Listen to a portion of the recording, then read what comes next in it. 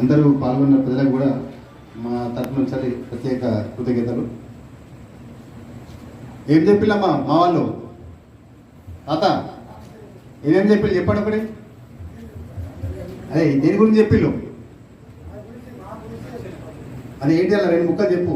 దేని గురించి?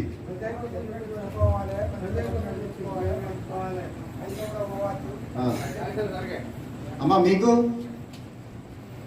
మంచిగా అనిపించిందా? మా వాళ్ళు చెప్తుండే పాటలు పాడుతుండే లేకుంటే సీరియల్ మంచిగా అనుకుంటున్నా మరి ఉంటే కార్తీక దీపం మరి అనవసరం టైం పోతుందా అని చెప్పేసి అనుకుంటలేదు. ఓకే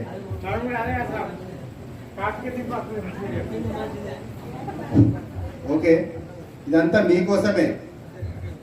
ఎందుకంటే ఇప్పుడు జరుగుతున్న ప్రమాదాలు కానీ మీకు తెలియక ఎలాంటి తప్పులు చేస్తున్నారు మీరు కానీ మీ పిల్లలు కానీ. ఇప్పుడు ఏంటంటే మీ కాలంలో మీరు పొద్దున్న లేస్తే పనికి పోయేది ఇంటికి వచ్చేది సపరేట్గా ఉండేది. కానీ ఇప్పుడు అట్లా కాదు. లోకం మొత్తం మారింది, టెక్నాలజీ మారింది, చాలా నేరాలు జరుగుతున్నాయి. మీరు ఏదో పెన్షన్ వస్తారని చెప్పి చిన్న ఇట్లా ఫోన్ ఇలా క్లిక్ చేస్తే కదా మీ డబ్బులన్నీ పోతున్నాయి. అట్లా చాలా ఘోరాలు నేరాలు జరుగుతున్నాయి. కాబట్టి అలా జరగకూడదని చెప్పేసి మా పోలీస్ వారి నుంచి ఇలాంటి ప్రోగ్రాం పెట్టడం జరుగుతుంది.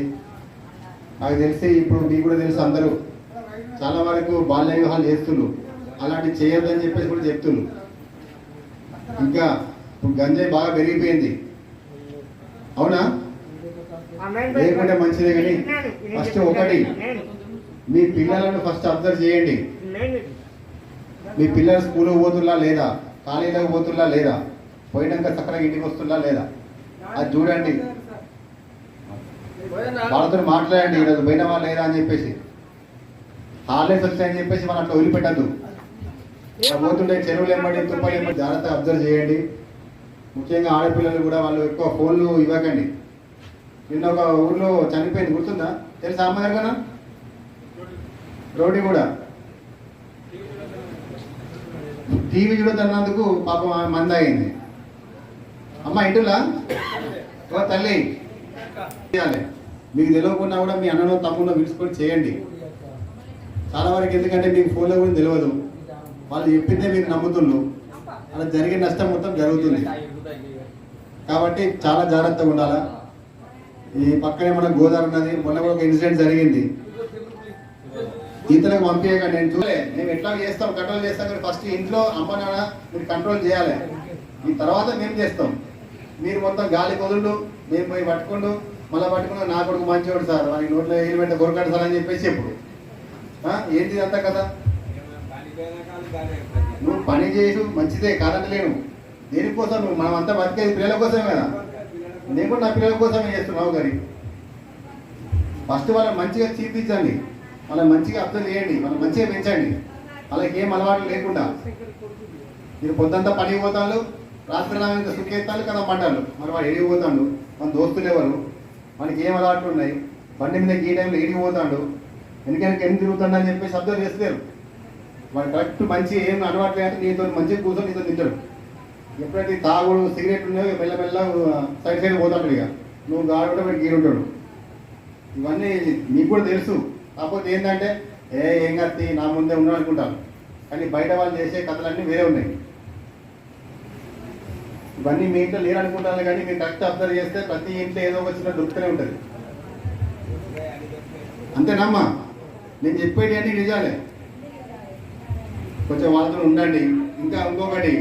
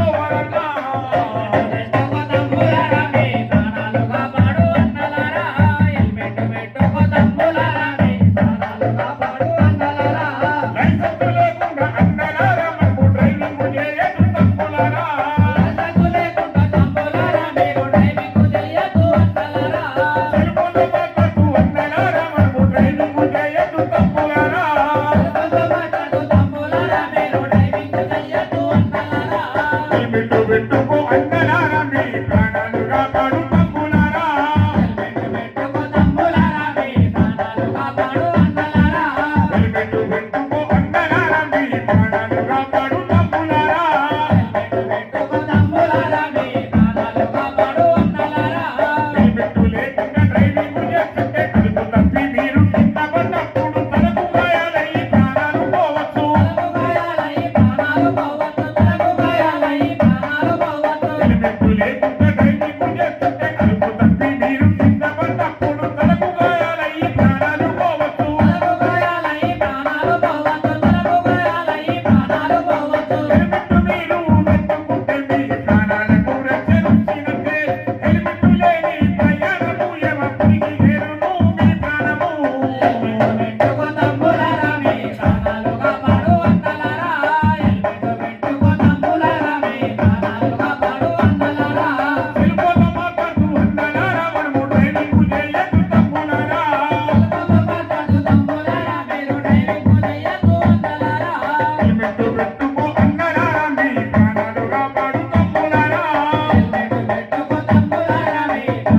రామ